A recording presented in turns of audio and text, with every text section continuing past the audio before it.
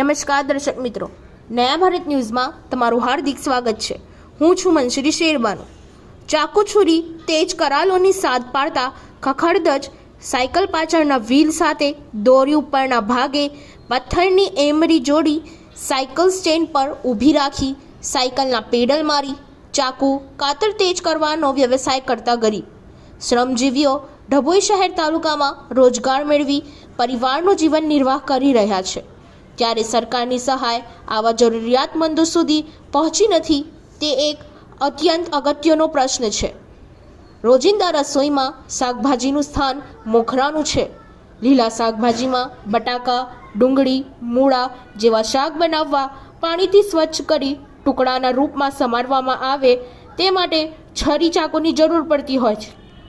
આ છરી ચપ્પા હોવાની જરૂર છે। એકવાર ધારદાર છરી ચાકુને મુઠ્ઠી થતાં તેને ઘસીને ધારદાર બનાવવી પડે છે।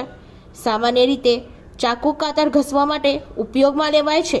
ઈંટ સાથે છરી ઘસીને પણ તેજ કરી હજી પણ ગ્રામ વિસ્તારમાં દેશી ટેકનિકનો ઉપયોગ થાય છે। જ્યારે સાયકલ પર ફરી ચપ્પા છરી કાતરની ધારદાર બનાવી રોજગાર મેળવનારો વર્ગ પણ છે। ગામડે ગામડે ફરી ચપ્પા કાતર તેમજ તેજ બનાવી પોતાની રોજગારી મેળવે છે। સાયકલના પાછળના પૈડા ફરે એ રીતે ચક્ર ઉપરથી પથડી બેસાડવામાં આવે છે। સાયકલ ઊભી કરી પાછળના ભાગે દોરી નાખી સાયકલનું પેડલ ફેરવતા ચક્ર ફરતા પથડીની ચાકુ છુરી કાતર તેજ બનાવી પોતાના અને પોતાના પરિવારનું ગુજરાન કરે છે।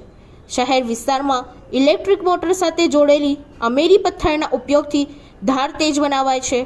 જ્યારે શાક સમારવા માટે અત્યંત જરૂરી ચાકુની ધાર તેજ કરી ગુજરાન ચલાવતા જરૂરિયાતમંદો સહકારી સહાયથી વંચિત છે।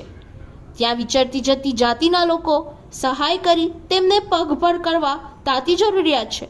આ લોકોની કફોડી હાલત હોય છે। તેમના બાળકોનું ભાવિ અંધકારમય હોય છે। ब्यूरो रिपोर्ट लाला भाई भटियारा।